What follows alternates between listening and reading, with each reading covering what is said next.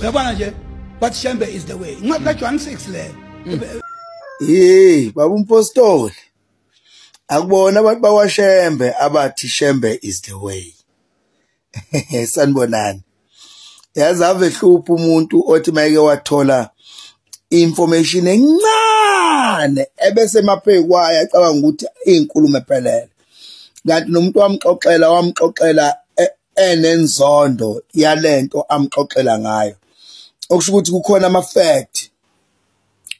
angeke azamxoxele wona angeke amtshele wona ngalento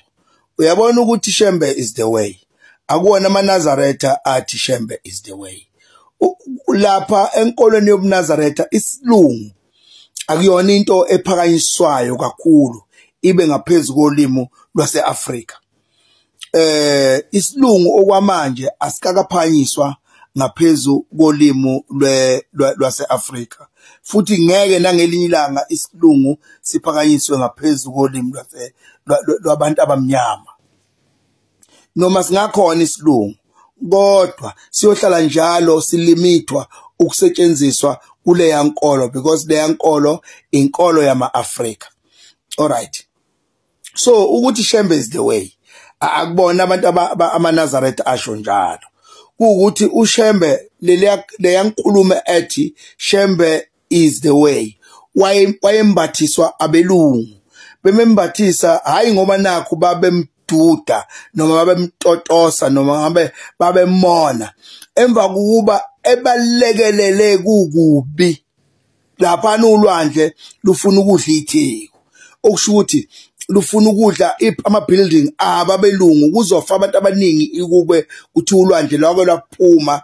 lwadla itheko so ngenxa yokuthi umbuso wawuphethe ngaleso sikhathi kwakuwumbuso wamaNgisi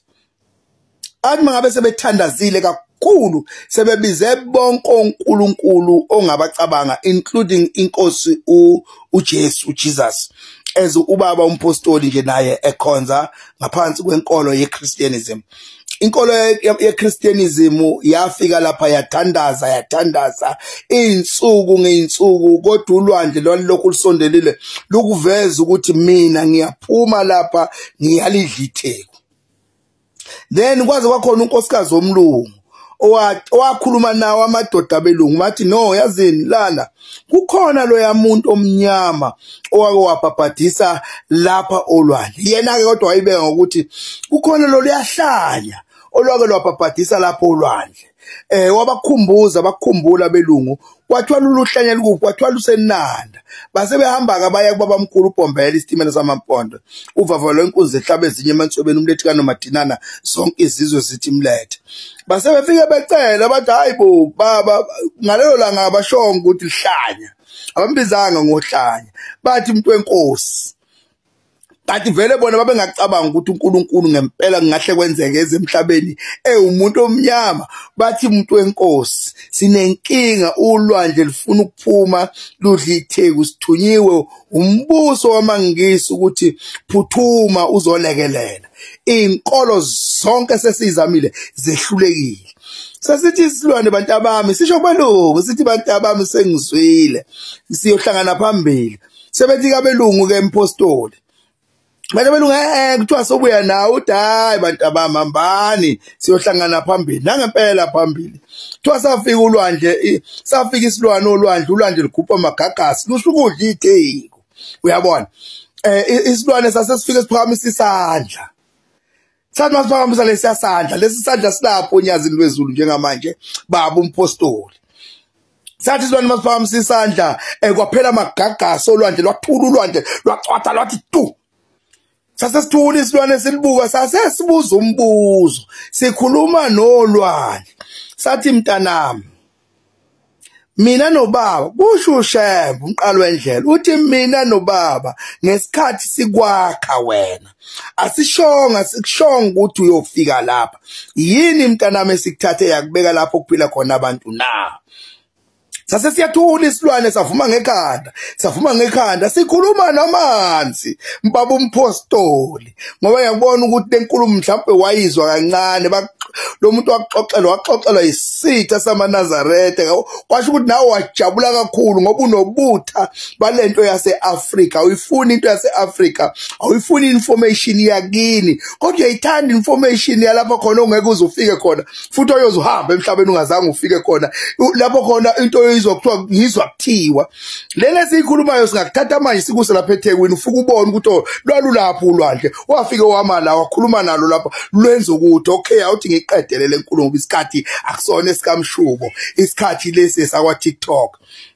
uthema ngabe esevume ngekhanda wasephendulukela kubelungu wathi bantu abami ubani odwebe ngenyama yenkomo kulomntanami base bekhonjwa abadweba abantu abadwebayo ukuthi napha base besho ukuthi ayukhona vele owadweba ngenyama yenkomo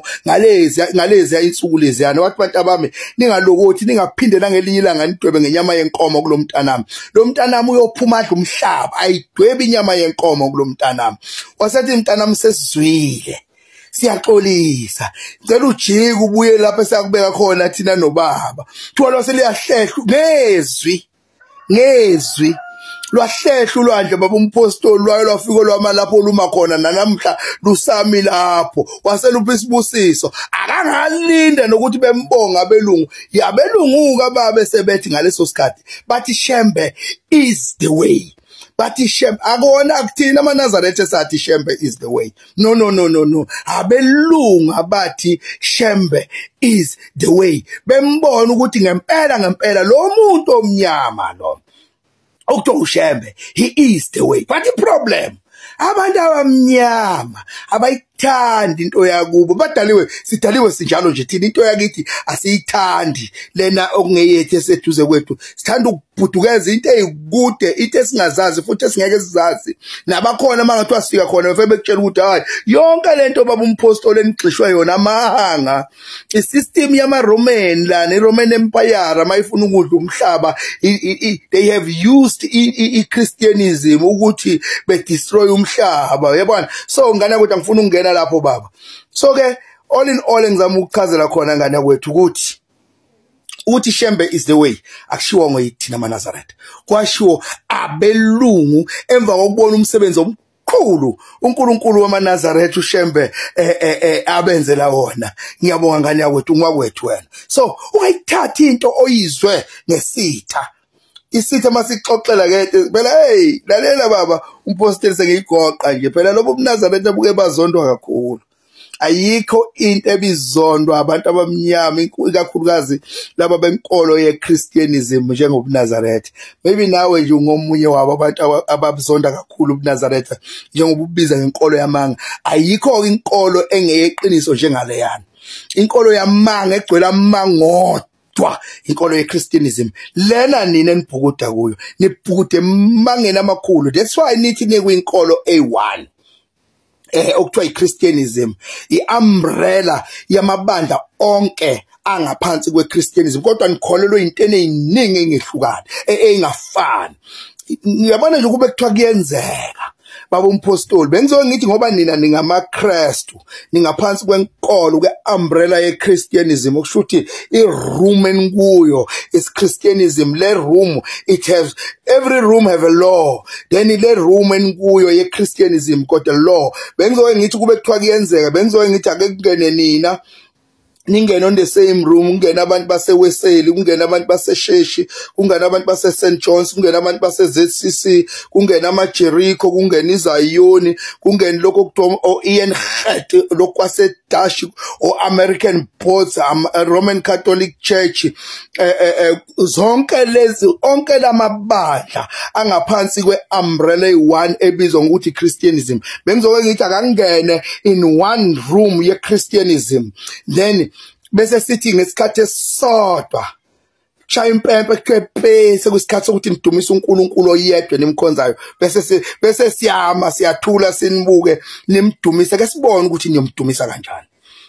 so into yamanga